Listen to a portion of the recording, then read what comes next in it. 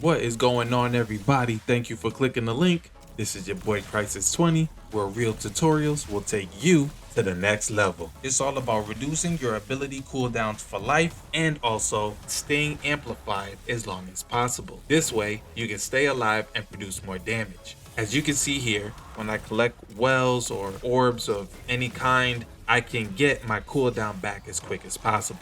Also in the interim, I can stay amplified as well. This is what you guys will be learning today.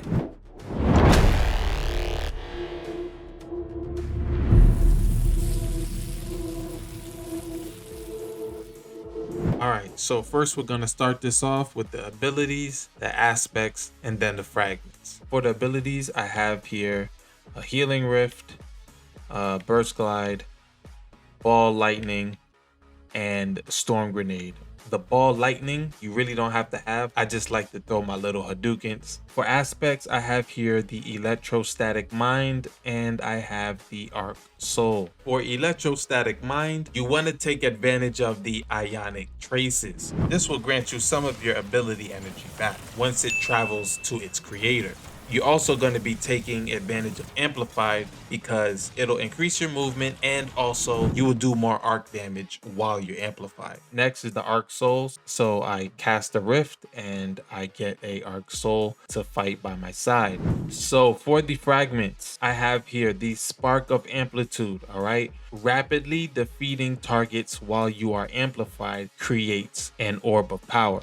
Then I have here the Spark of Recharge. While critically wounded, your melee and grenade energy recharges more quickly. Then I have here the Spark of Discharge. Arc weapon final blows have a chance to create Ionic Trace. Last, I have here the Spark of Vaults. Finishers make you amplified. So most of the fragments that I chose were to reduce the cooldown of your ability energy. So I'm going to go over my armor and my mods, okay?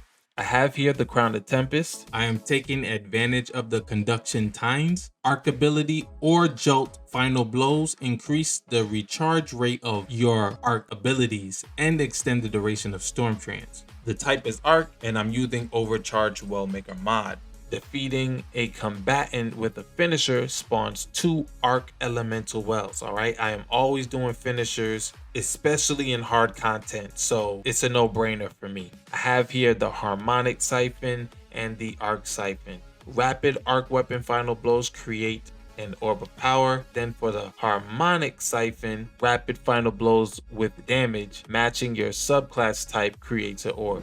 So for the gauntlets, I have the type is Stasis, and the reason why it's Stasis is because of the Grenade Kickstart mod. So as soon as I use a grenade, I get some grenade energy back from it. I also have Elemental Armaments. Combatant weapon final blows with a damage type that matches your subclass element has an escalated chance to spawn an elemental well. Then I have here in the chest armor, the type is Solar, and it's strictly just to have a bountiful well.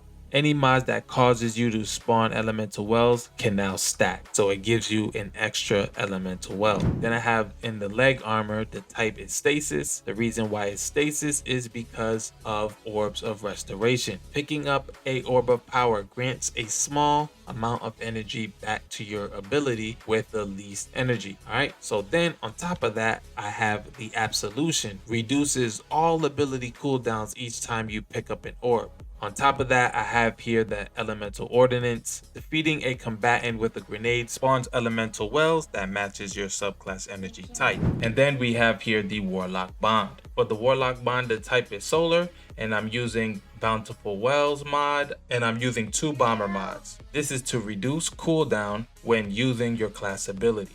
Remember, I'm always going to use my Rift because I need to use my Arc Orb. So this just helps the build even more by reducing your grenade cooldown. As long as you use your Arc ability, your grenades, you gather orbs and wells, and on top of that finishers, you're going to keep gathering your ability energy back.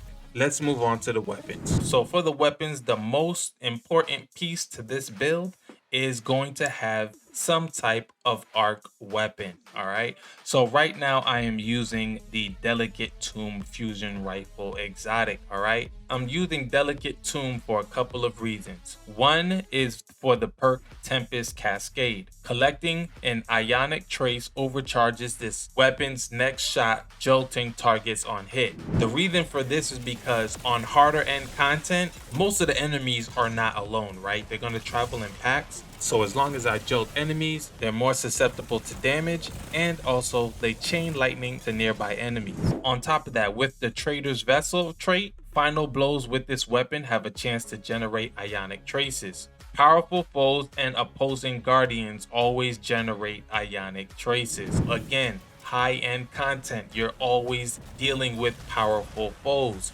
hence creating a Ionic Trace. When I get final blows, I create orbs, I create wells, and Ionic Traces. You can't beat this. It all syncs with the build all together. Now, some recommendations for legendary weapons. I normally use the Sweet Sorrow auto rifle. I specifically have the Demolitionist, so every time I get kills with this weapon, it generates grenade energy. I also use the Plank's Stride. I use this weapon as well, just so that way it contributes to my build. You can also use the 7th Seraph Saw. You can also use the Sail Speed Pitch Glass. You can use the Thunderlord. I think you get where I'm going. But basically, all in all, just make sure you have an arc weapon in one of your slots.